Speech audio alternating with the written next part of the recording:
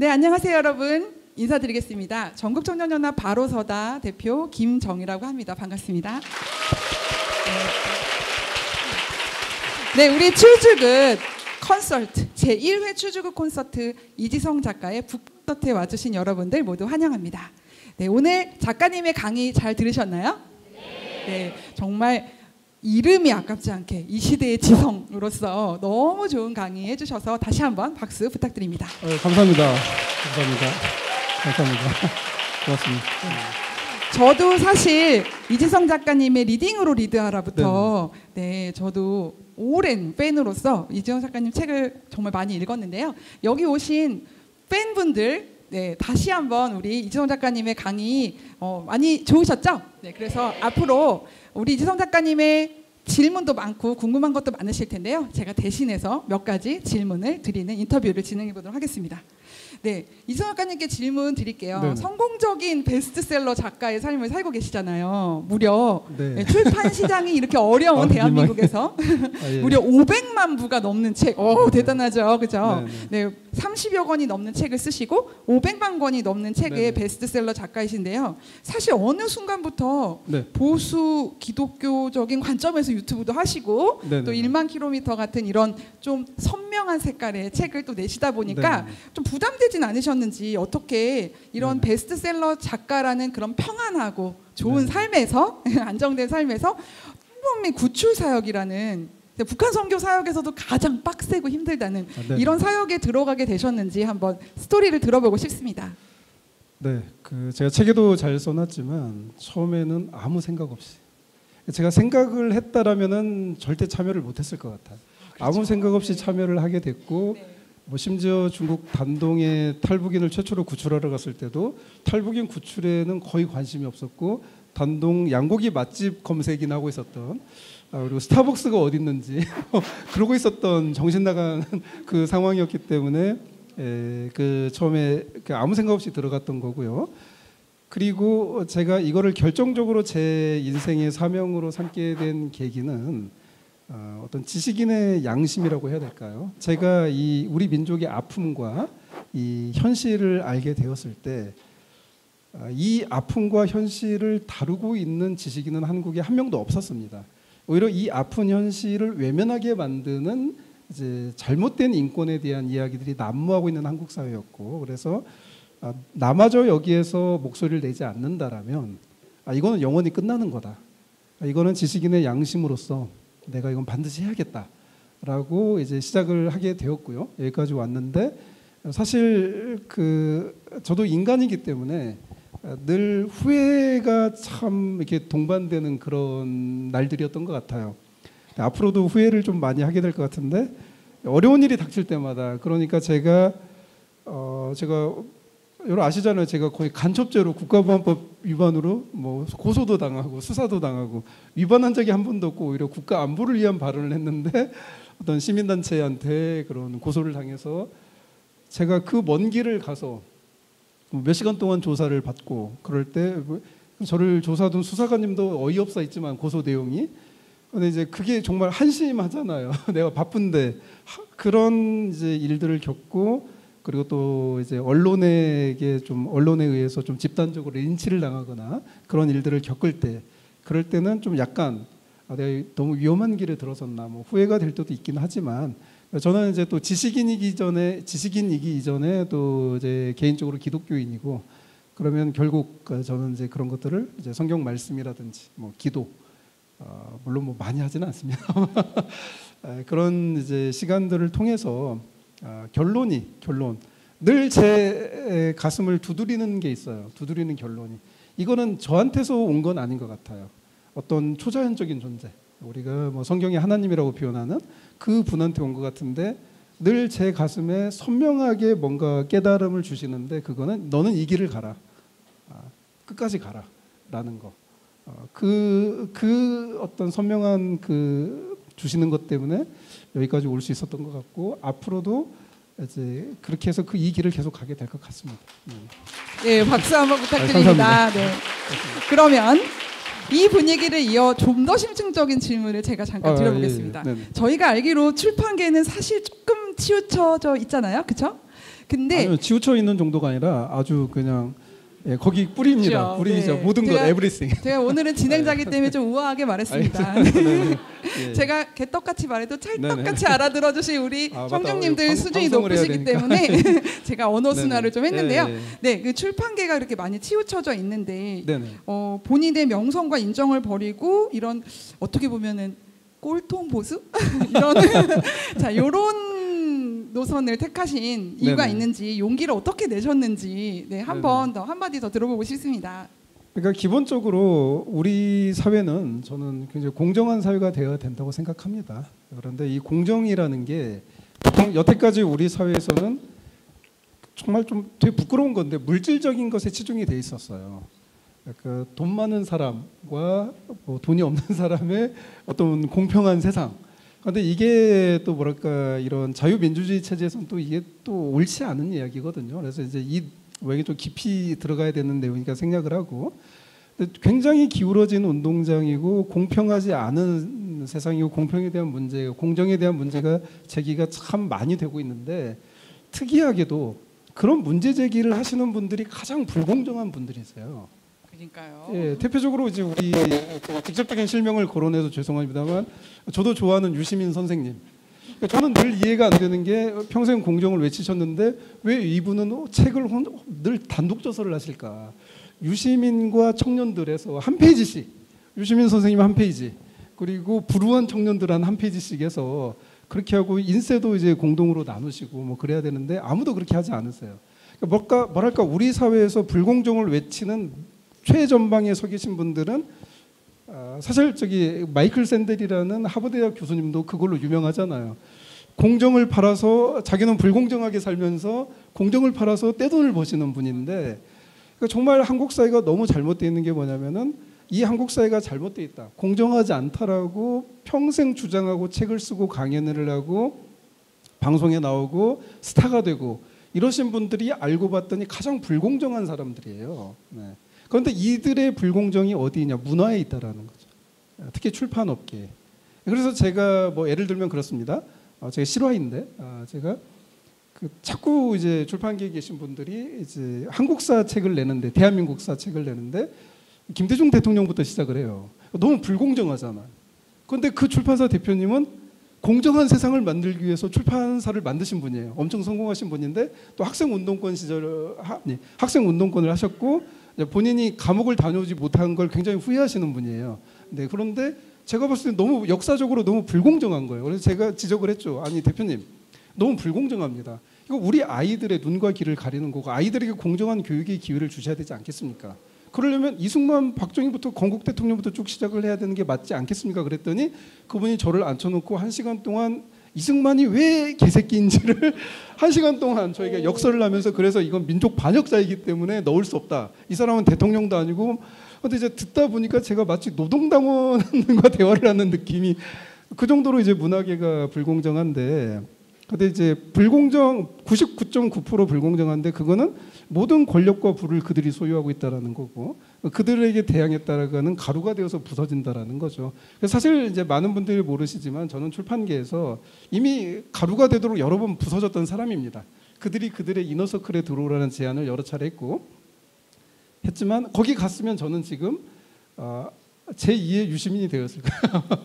그렇게 키우려고 했으니까. 그런데 저는 그거를 칼같이 거절을 했고 난도질을 여러 차례 당했었는데 그래도 그때는 제 색깔을 드러내지 않았습니다. 오히려 난도질을 당하고 저도 힘들어서 좌파 발언도 좀 하고 살아남아야 되니까 김대중도 뭐 훌륭하죠 이런 얘기하고 노무현도 우리가 깊이 존경해야 될 부분이 있습니다. 뭐 이런 얘기를 하면서 이제 생존을 위한 몸부림을 쳐야 됐던 그런 시기도 있었고 그런데 너무 무서운 세상이에요. 너무 무서운 세상인데 이제 결국 저한테 그런 깨달음이 왔었던 것 같아요. 어떤 인간적인 깨달음이보다는 어떤 하늘에 계신 분이 주신 어떤 깨달음이었던 것 같은데 너마저 여기서 그렇게 살면 안 된다. 안 된다.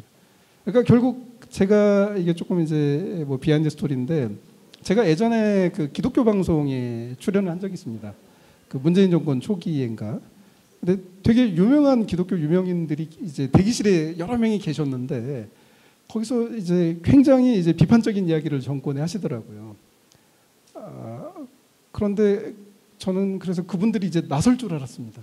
근데 이제 대기실에서만 이야기하시고 오히려 그 우리 문재인 대통령이 부르는 그 행사에 나가시더라고요.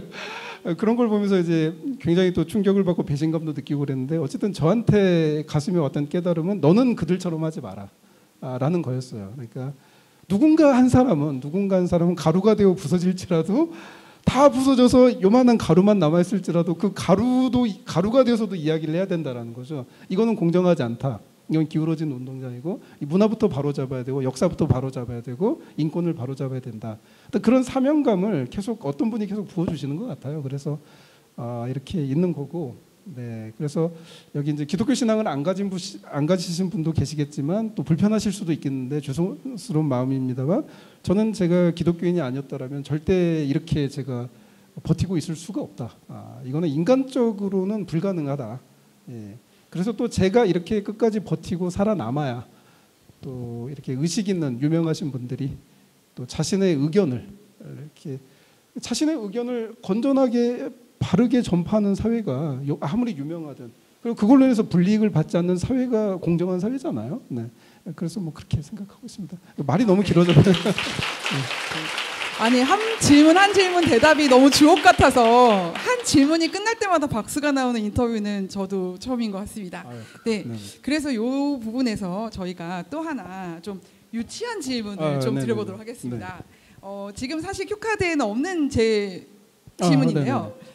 지금까지 좀 심각한 얘기를 했으니까 조금 제가 무난한 질문 한번 던져보도록 하겠습니다.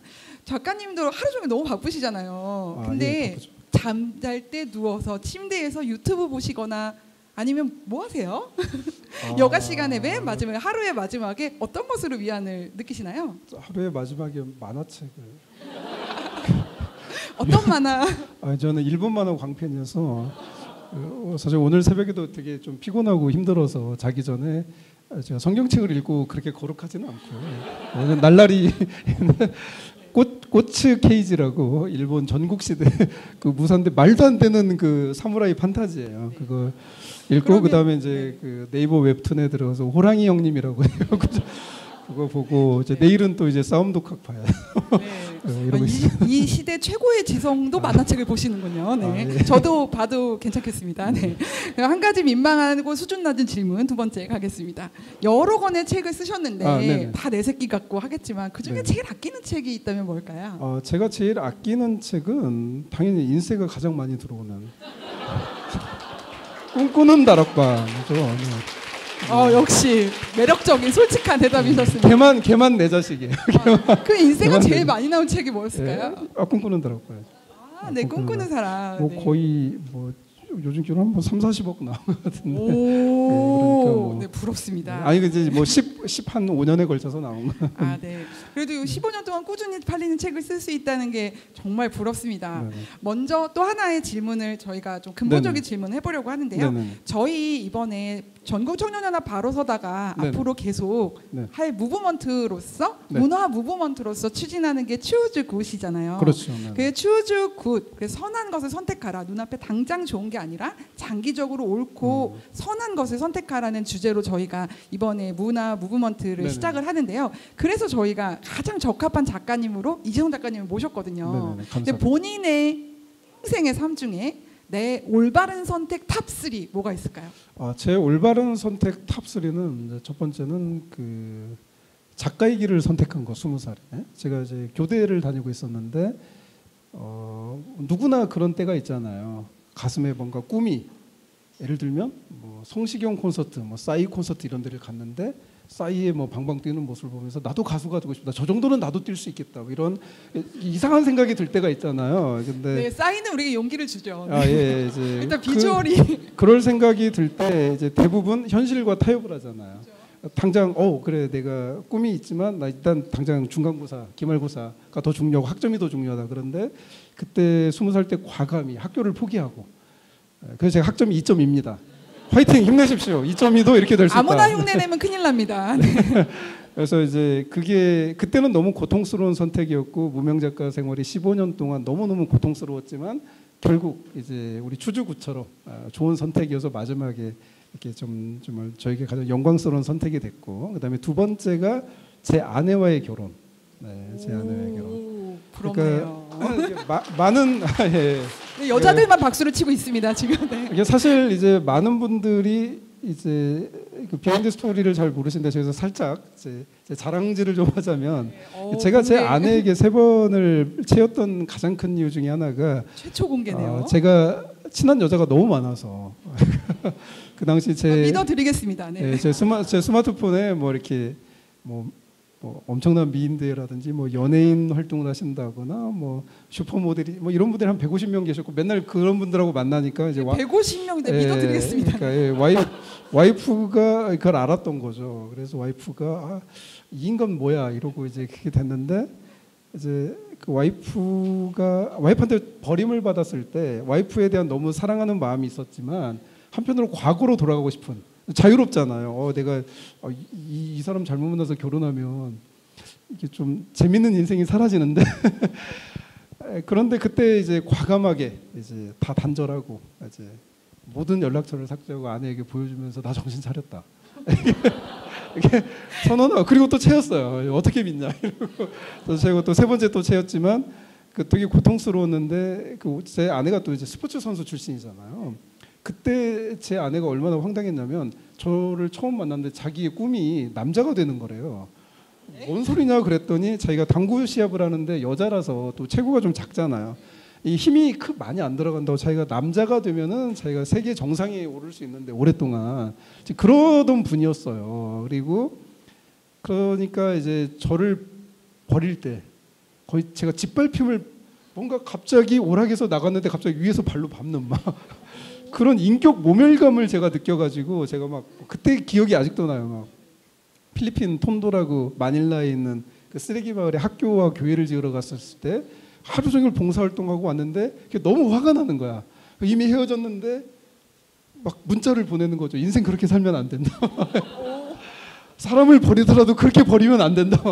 그 정도로 아내가 저에게 사실은 모멸감을 막 모욕감을 너무 많이 줬는데 진짜 그럼에도 불구하고 내 마음에 이 선명하게 오는 이 마음의 소리 결혼은 이 사람 말고는 할 수 없다. 그게 이제 2번째 선택이고 3번째 선택이 1만 킬로에도 나오지만 슈퍼맨 목사님이랑 이제 태국을 처음 가서 탈북인 구출 작업을 하고 진이 빠지고 호흡곤란 증세까지 느끼고 진짜 이건 내 길이 아니다. 그리고 그때 제가 유명 작가가 되고 제가 경제적으로 힘들었던 적이 가장 힘들었던 적이 딱 3년이었는데 그 3년 중에 최절정기가 다 그때였거든요. 이게 내가 지금 돈 벌어야지 마이너스인데 매일매일 마이너스 빚이 5억을 제가 지고 있는데 이게 말이 안 되는 상황인데 정말 인간적으로 생각했을 때 절대 이걸 하면 안 되는데 그날 오후에 슈퍼맨 목사님한테 문자를 보내서 이제 함께 하겠다라는 의미죠. 그걸 했던 거.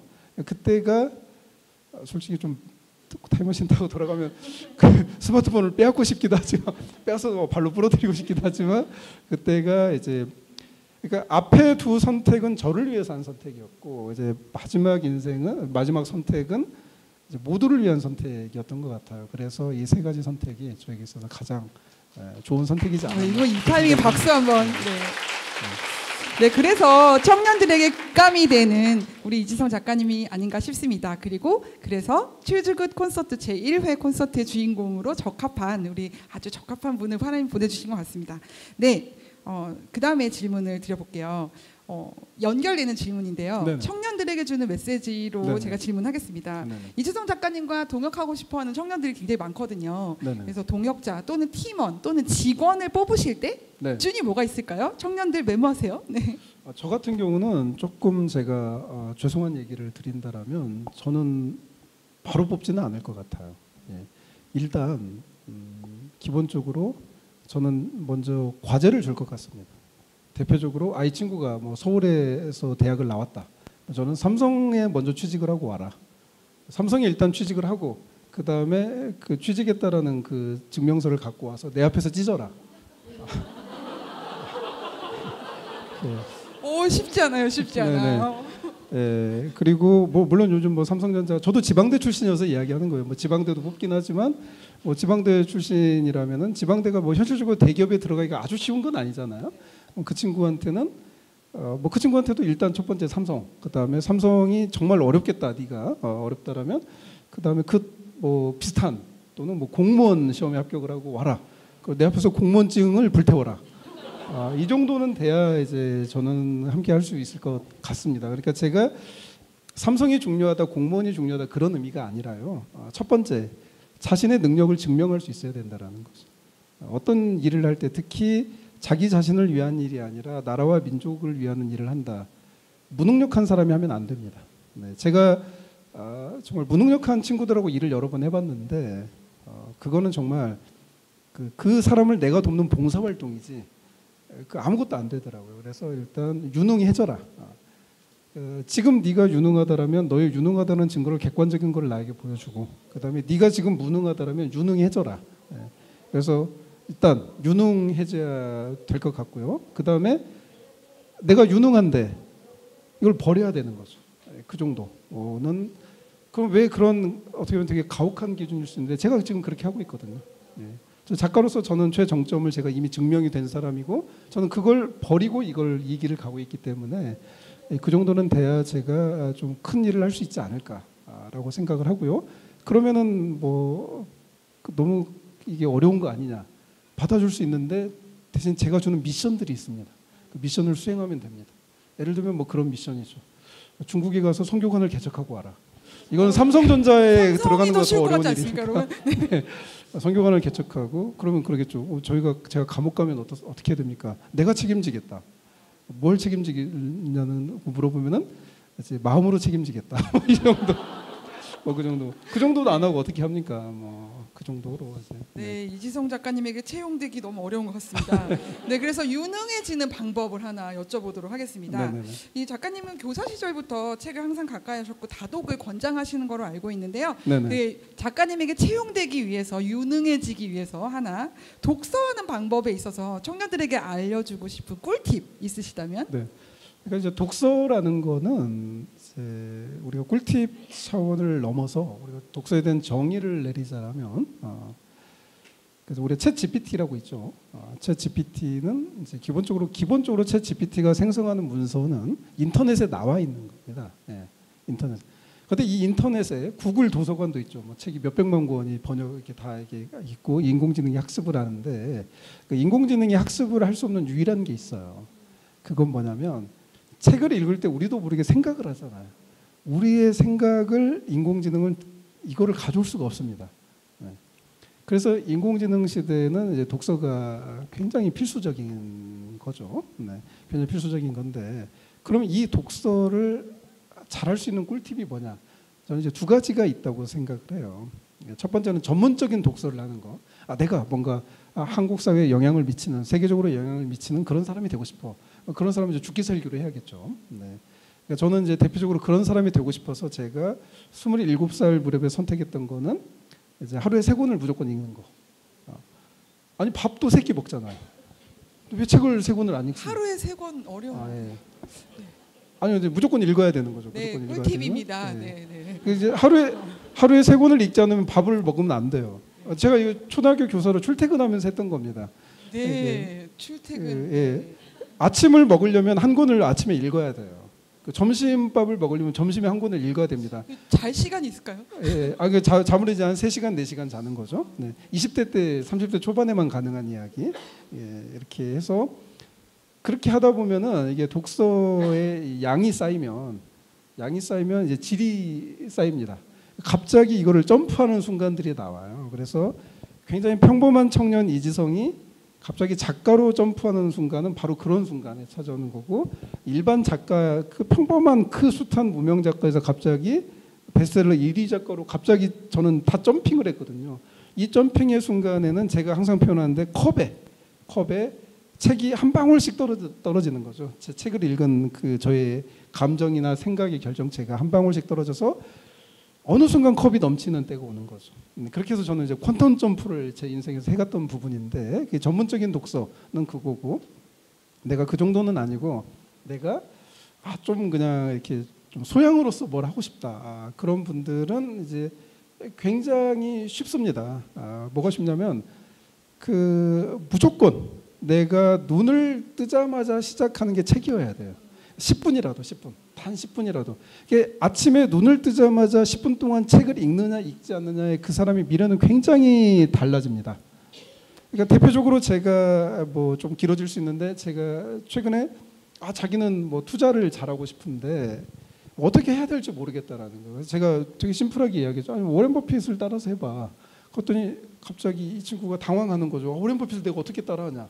책 썼잖아 그 양반이. 그 양반 관련된 책 많으니까 정말 쉬운 책 하나 머리맡에다 침대에다 딱 놔두고 아침에 일어나서 10분만 읽어봐. 10분만. 정말 힘들면 1분만 읽어봐. 한 줄이라도. 그러면 네가 점점 달라지게 될 거야. 그때 이제 이 친구가 그거를 한 3년 정도 이제 실천을 했는데 지금은 뭐 한 번씩 카톡으로 대화를 하는데 워렌 버핏의 투자 원칙에 대해서 어느 정도 꿰고 있어요. 네. 첫 시작, 첫 단추를 어떻게 꿰느냐가 굉장히 중요한 거죠. 그런데 이제 물론 여기에서 주의할 점이 있습니다. 로맨스 소설을 시작을 했다 아침에. 왕자님과의 백마탄 왕.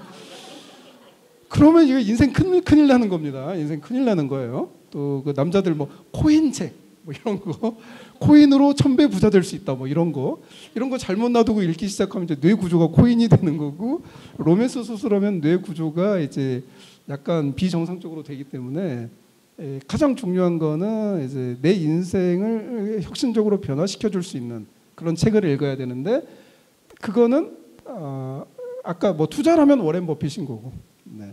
그다음에 뭐 내가 정치 쪽에 뭐 관심 있다 그럼 뭐 이승만 같은 분을 그런 책을 읽어야 되는 거고, 그러니까 내가 앞으로 어떤 인생을 살고 싶은가에 대한 기준이 먼저 설정이 되어 있어야 될 테고, 내가 부자가 되고 싶다 그럼 워렌 버핏을 읽는 거고요. 내가 사업가가 되고 싶다 그러면 뭐 이병철 회장님이라든지 뭐 이건희 회장, 뭐 정중 회장 이런 분들의 책을 이제 계속 읽는 거고요. 내가 뭐가 있을까요? 내가 로맨스 여왕이 그건 아니고 어쨌든 이렇게 설정을 하고 이제 거기에 맞춰서 내 뇌를 구성을 해주는 겁니다. 그러니까 내 뇌의 첫 단추를 아침마다 그렇게 깨워주면은 내 사고 방식이 점점 그렇게 바뀌고, 그럼 내가 그런 행동을 하게 돼 있어요. 그럼 그거를 이제 3년 뒤에 보면은 격차가, 그걸 하지 않은 사람과의 격차는 어마어마해지는 건데, 이건 제가 사용했던 방법이기도 합니다. 네네. 네. 네, 진짜 한번 일생에 한번 실천해봐야 될 것 같은 그런. 저도 오늘부터 아침에 눈 뜨면 10분. 저는 1분만 해도 됩니다. 1분. 네, 1분, 10분 하도록 네. 하겠습니다. 그리고 내 정말 내 뇌의 사고의 방향을 딱 잡아주는 거 1분이라도. 네, 그러면 됩니다. 네. 전 사실 교육학을 했거든요. 뇌과학적으로 아주 정확한 말씀인 것 같아서 감사합니다. 청년들에게는 집중적인 책 읽기 좀 권하고 싶습니다.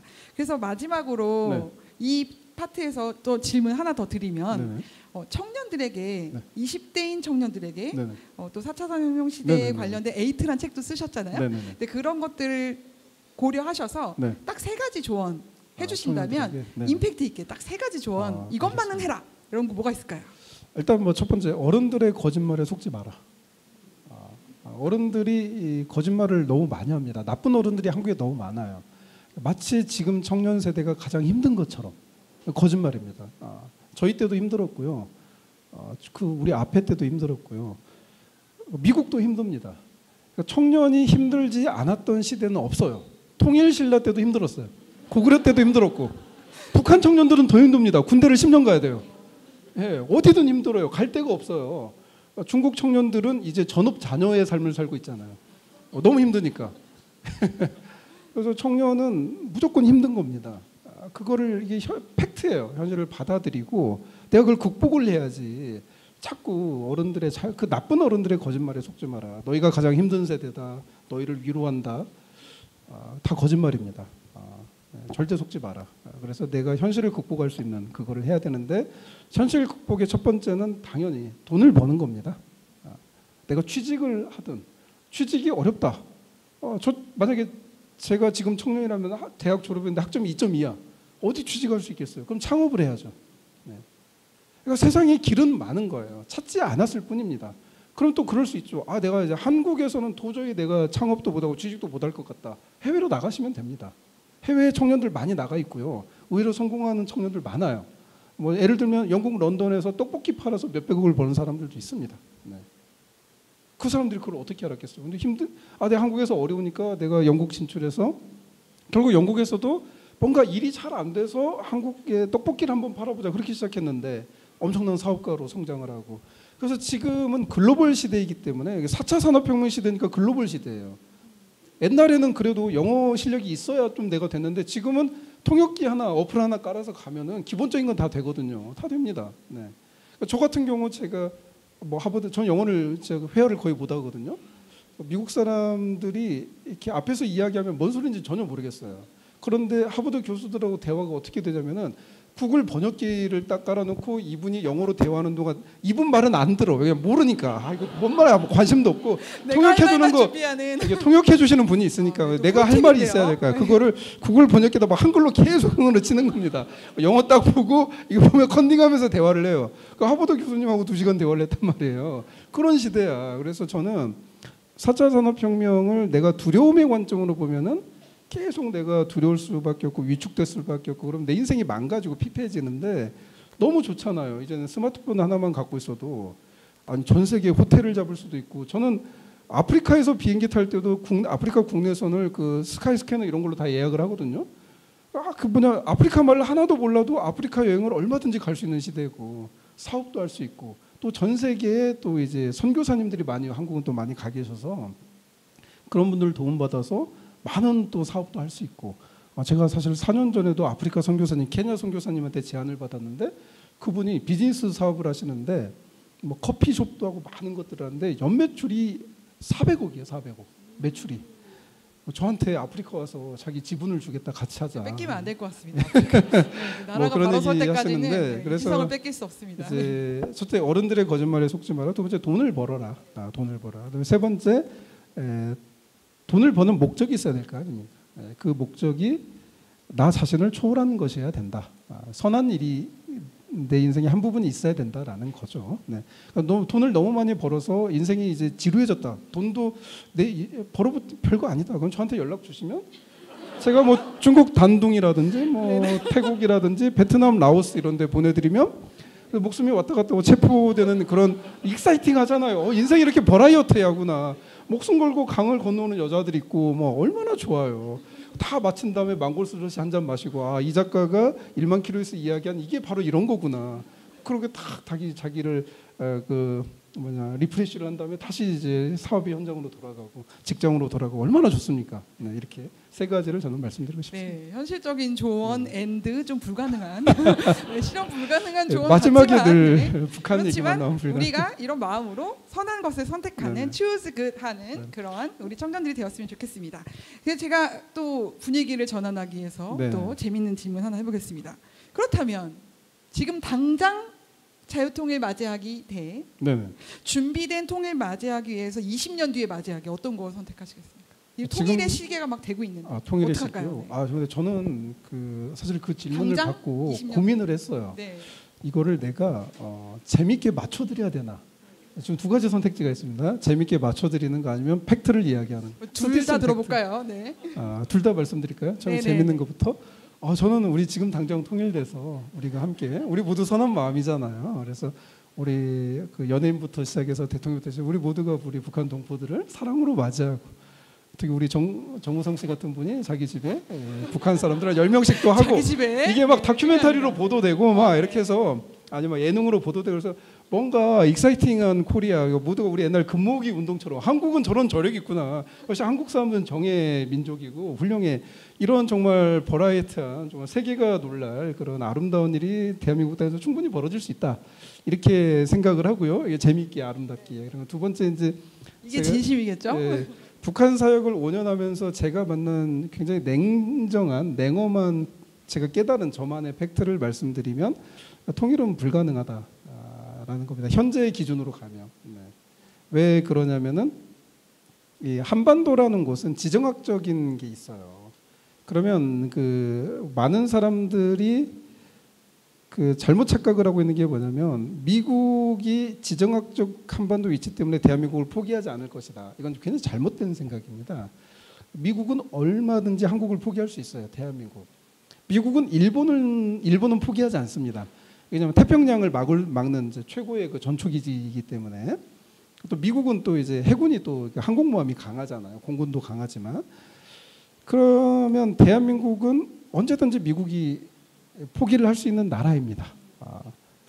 실제로 역사는 반복되죠. 역사적으로 1949년에 100% 포기를 했었고요. 1960년대에 그 뭐 카터 대통령이라든지 그 이전에 뭐 닉슨 뭐 이런 분들이 그 주한미군을 에치스라인이 1949년이고요. 그때 완전히 포기하고 떠나서 6.25가 터졌고, 그 다음에 주한미군을 1970년대 박정희 대통령 때 2만 명 감축하고 그때 완전 철수하겠다. 닉슨도 이야기하고 카터도 이야기하고, 그런 식으로 트럼프 대통령도 주한미군 완전 철수를 공약으로 내걸고, 트럼프 대통령은 이제 나중에 바뀌었지만 그분의 저서를 보면 그분은 젊은 시절부터 한결같이 주한미군 철수를 주장한 분이에요. 그게 대한민국의 현실입니다. 그럼 지정학적으로 대한민국이 가장 중요한 나라는 어디냐면은 중국이에요. 그 러시아입니다.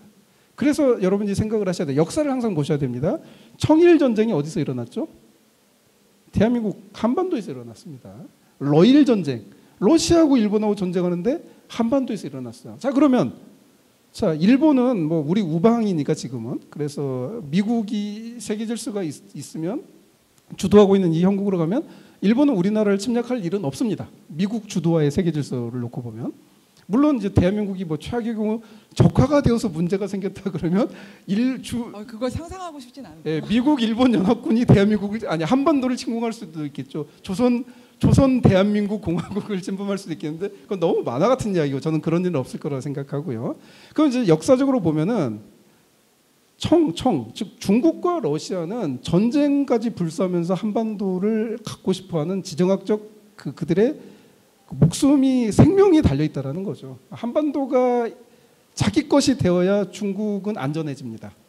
그냥 주한미군 평택기지가 베이징을 겨누는 칼이거든요. 그리고 만약에 통일이 된다, 그러면 러시아하고 바로 국경이잖아요. 거기에 주한미군 기지가 설치된다고 러시아로서는 이거는 러시아가 망하는 그런 쪽으로 갈 수도 있는 거란 말이에요. 그래서 지금 정말 안타까운 현실은 지정학적 위치로 놓고 봤을 때 대한민국이 절대적으로 필요한 나라는 공산권 국가, 사회주의 국가, 독재 국가, 푸틴, 러시아, 중국 이쪽이고 북한이지 미국은 아니다라는 거예요. 이거는 역사가 증명하고 있는 겁니다. 그래서 우리나라 국민들이 이런 거에 깨어 있어야 돼요. 미국 같은 경우는 필리핀이 대표적인데 주한미군 떠나라고, 주필 미군인가요? 필리핀 미군 떠나라고 국민들이 다 들고 일어나니까 그 미군 기지가 한 100년 동안 갖고 있었을 거예요. 하루아침에 떠난 게 미국입니다. 그거 갈게. 이 미국이 우리도 안 해. 이런 나라거든요. 그래서 아시아 최대 주한미군 기지가 평택에 있지만 얼마든지 미국은 버리고 떠날 수 있다. 그래서 뭐 왼쪽 세력은 평택의 한 대학교를 이미 지난 정권 때 접수를 해서 주한미군 철수 기지로 삼으려고 모든 준비를 마치고 있는 그런 상황인데. 너무 충격적이시죠? 네. 예, 그런데 이제 자 그러면 앞으로의 한반도의 특히 대한민국의 운명이 국민이 깨어있지 않는다라는 전제하에 김정은 호감도가 70% 그랬잖아요. 문재인 정권 때. 그런 시대가 언제든지 반복될 수 있다는 걸 전제하에 놓고 이야기한다라면 대한민국의 운명은 굉장히 비극적이다. 내가 봤을 때. 왜 그러냐면은 북한이 핵무기를 완성을 했기 때문입니다. 핵 보유국이 되었기 때문에 북한은 핵을 가지고 미국과 협상을 하려고 하는 거죠. 네, 그렇죠. 네. 실제로 트럼프 정부 때 헨리 키신저가 어떤 사람입니까? 베트남에서 미군 철수를 시켰고 중국과 딜을 해서 대신 소련을 견제하기 위해서 중국 공산당을 지원한 사람이 헨리 키신저죠. 그래서 자유베트남이 멸망을 한 겁니다. 자꾸 자유베트남이 국민들이 다 그래서 그런 건 아니에요. 국제관계를 봐야 됩니다. 미국이 들어가서 지켜주고 있었고 대한민국이 들어가서 지켜주고 있었는데 헨리 키신저가 미국의 전략적 이익을 따라서 그냥 베트남을 공산군에 내주고 우리는 대신 중국과 손잡고, 즉 그 베트남에 미군이 있으니까 중국 입장에서 너무 불안해서 중국 군대가 다 베트남 국경지대에 와 있었던 거죠. 근데 그 당시 소련을 먼저 이제 무너뜨려야 됐기 때문에 헨리 키신저가 제안한 게 여기는 중국군을 다 소련 국경으로 보내라. 그러니까 중국이 그러면 미군이 있는데 우리 어떻게 하면 우리가 철수하겠다. 그래서 적화된 겁니다. 국제관계를 알아야 돼요. 이거를 국내 관계로만 이야기하면은 이건 우리만의 통일 판타지로 끝나는 거예요. 냉엄한 국전시를 알아야 됩니다. 역사가 있는데 헨리 키신저가 이미 트럼프 정부 때 제안을 했었죠. 북핵 폐기 조건으로 미군 철수. 그걸 실제로 중국하고 북한에 제안하려고 했습니다. 북한 눈에 북한 핵 폐기해라. 그럼 우리 미군 철수하겠다. 이게 여러분 몇 년 전에 있었던 일이에요. 한 3년 전에. 예. 이게 한반도의 정말 냉엄한 현실인데 우리는 협상할 게 아무것도 없잖아요. 네.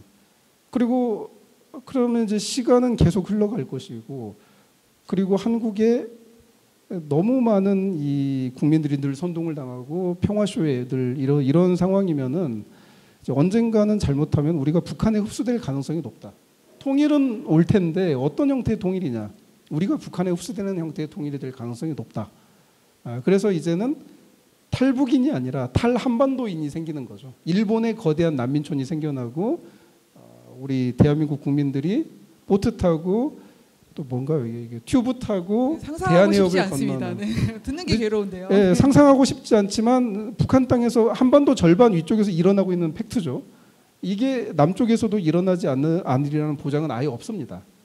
그래서 북한 인권이 중요한 거죠. 그래서 이 북한 인권을 통해서 우리가 북한 내부의 자유시장 경제 체제를 만들어서 이제는 핵이 있기 때문에, 그리고 심지어 작년에 핵 무력 정책이 북한에서 통과됐는데 김정은이 죽으면 핵미사일이 자동적으로 발사되게 돼 있습니다.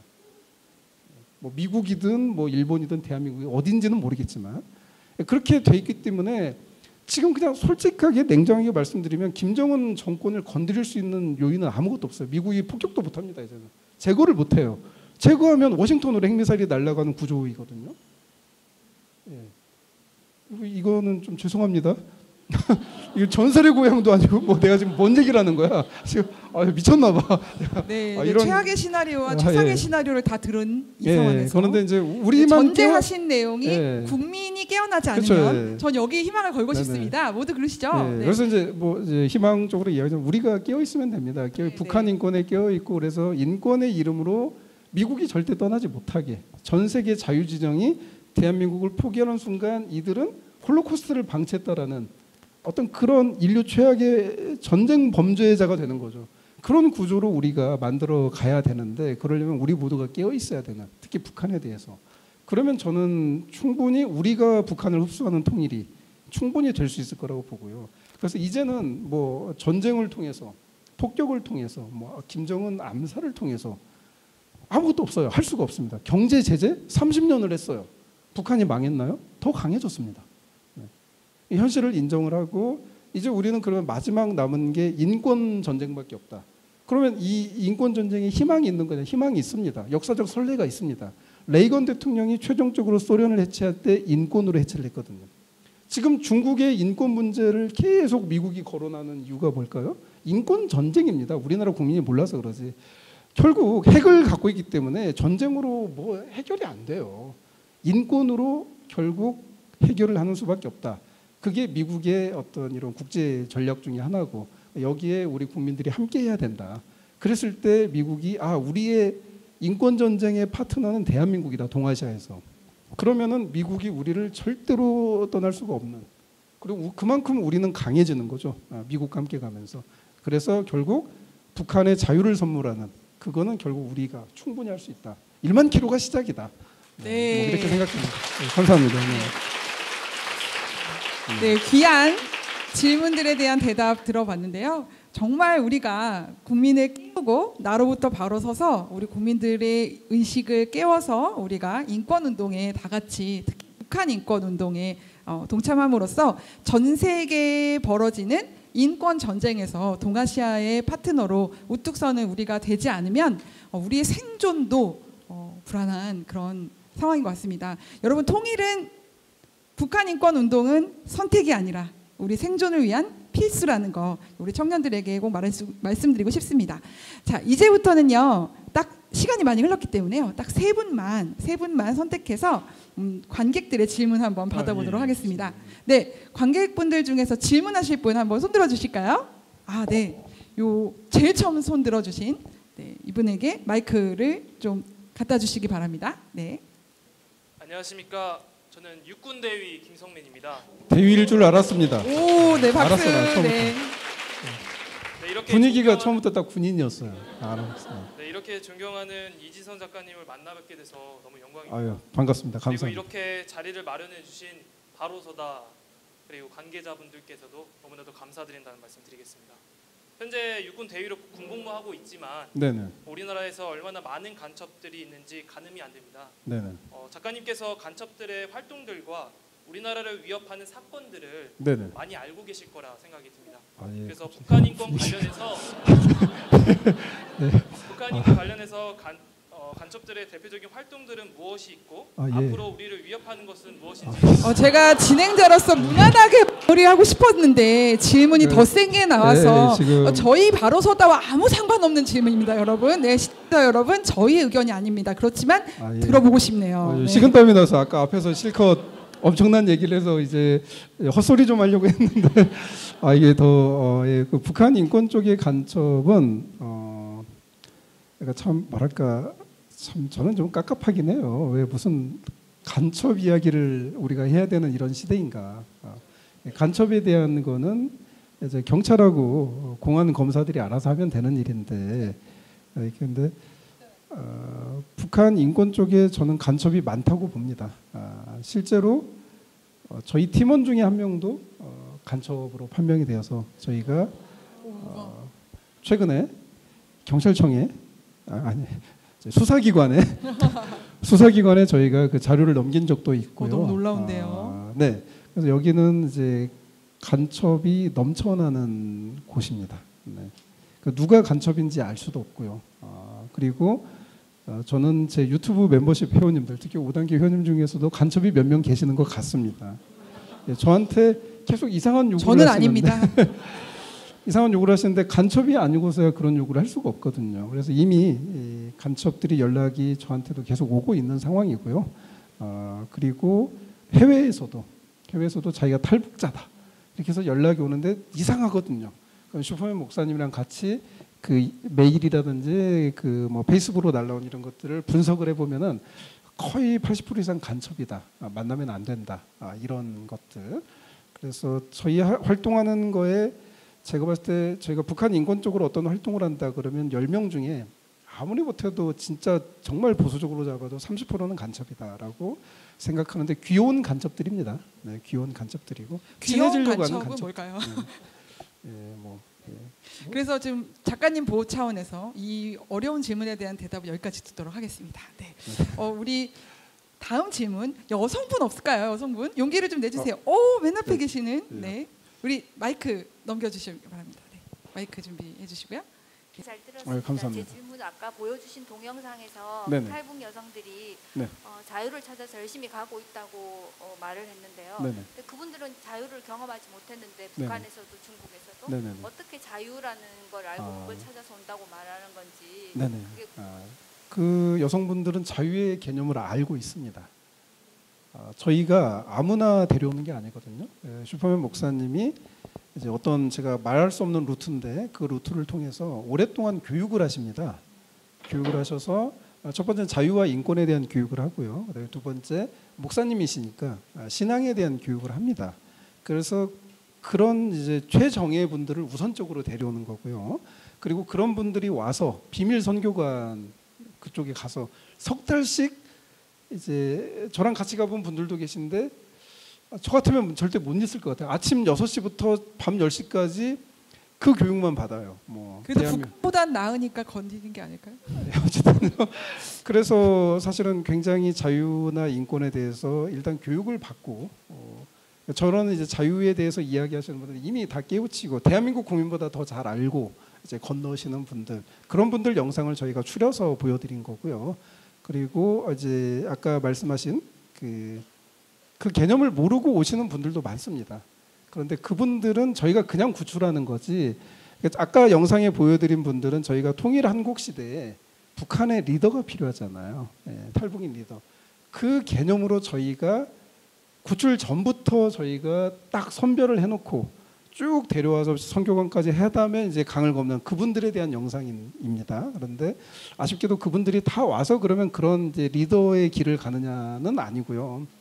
전체적으로 봤을 때 한 30-40%는 이제 한국에 와서 저희랑 인연이 끊어지는 것 같고 그 중에 한 60% 정도가 이제 되는데 그 중에서도 거의 10%도 안 되는 분들이 이제 통일 한국에 대한 소망을 갖고 이제 교회에서 계속 다니면서 그런 준비를 하시는 걸로 제가 알고 있습니다. 네, 이 정도. 네.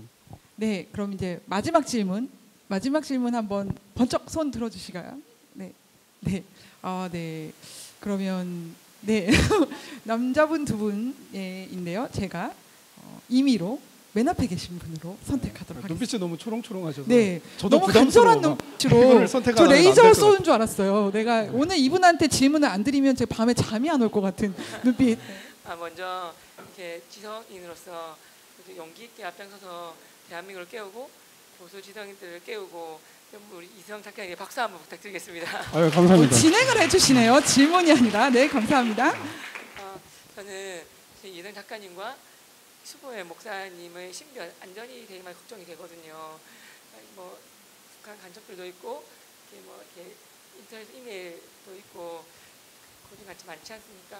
그래서 신변 안전에 대해서 좀 더 신경을 써주시면 좋겠는데 그 위험에 대해서는 어떻게 하고 계신지. 네, 저희 모두의 마음을 담은 질문인 것 같습니다. 네. 그냥 뭐 신변 안전 뭐 생각 안 합니다.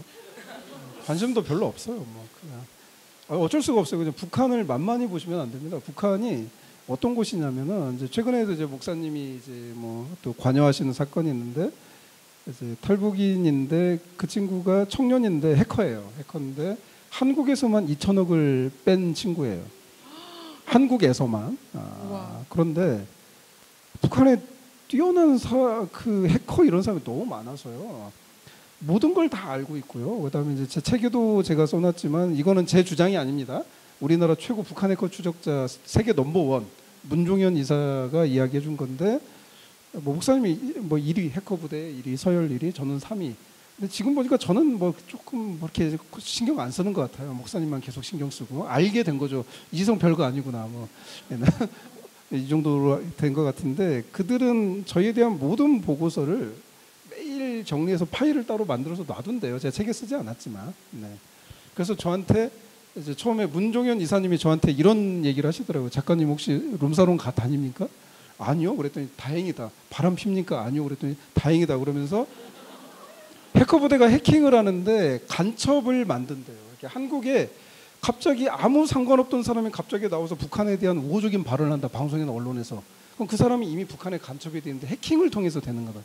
보통 이제 남자분들이 활동을 많이 하시는데 이 힘이 있는 남자분들이잖아요. 그러다 보니까 조금 이제 바람도 좀 많이 부시고 그다음에 음주 가무도 좀 즐기시게 되고 그런데 이게 해킹이 스마트폰에 들어와서 감청 도청을 하는데 그 바람 피는 그 순간이 스마트폰에 녹음이 돼가지고 그 사람은 그냥 바람이 뭐 동풍 서풍 막 이렇게 보면서 막 흔들리고 있는 뿐인데 갈대처럼 그 모든 내용이 녹음이 돼서 북한에 저장이 되는 거예요.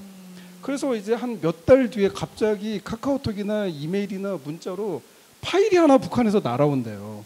날아오는데 딱 들어보니까 자기가 갈대처럼 흔들리고 있는 내용이야. 그러면서 갑자기 이제 딱 지령이 내려온대요. 몇 월 며칠 몇 시에 어디 가서 누구를 만나시오. 가면은 봉투를 주는 거예요. 그러면 당신 뭐 KBS 어디에 출연하고 있죠. 여기서 이 발언을 하세요. 딱 그거 안 하면은 이 영상이 다 이제 인터넷에 올라가는 겁니다. 그렇게 해서 간첩이 된대요.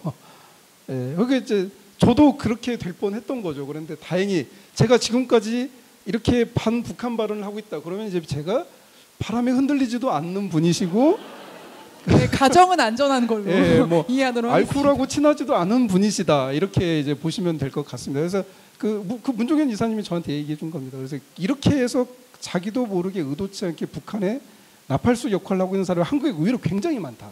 네. 많다라는 거. 네, 처음 들어보시죠 평화가 이런 거. 나라의 평화를 지키는 걸로 결론이 나는 네, 거. 그래서 이제 네. 뭐 이제 답변을 말씀드리면 네네. 다 알고 있기 때문에 그냥 장군님을 저는 믿습니다. 어디 뭐 저같이 천한 것한테 그렇게 돈도 많으시고 권력도 절대 권력의 핵무기까지 갖고 계신 분이 이렇게 천한 놈한테 뭐 어떻게 하겠냐. 근데 목사님 슈퍼맨 목사님 워낙 세니까 뭐 이렇게 굉장히 위험하지만 뭐 저는 또 뭐 간단합니다. 목사님 돌아가시면 순교하시면 안 하면 돼요. 이거 뭐 어쩔 수 없지. 나도 살아야 되니까. 리트머스 시험지가 앞에 있기 때문에 일단 뭐 저는 이제 목사님 뒤에만 있다가 문제 생기면 이제 바로 이제 잠적한다거나 뭐 이렇게 해야죠. 뭐. 네, 오늘 오늘의 인터뷰는 여기서 마치도록 하겠습니다. 네, 아유 감사합니다. 네, 우리 작가님 감사합니다. 잠깐 감사합니다. 여기 자리에서 대기해 주시고요. 예.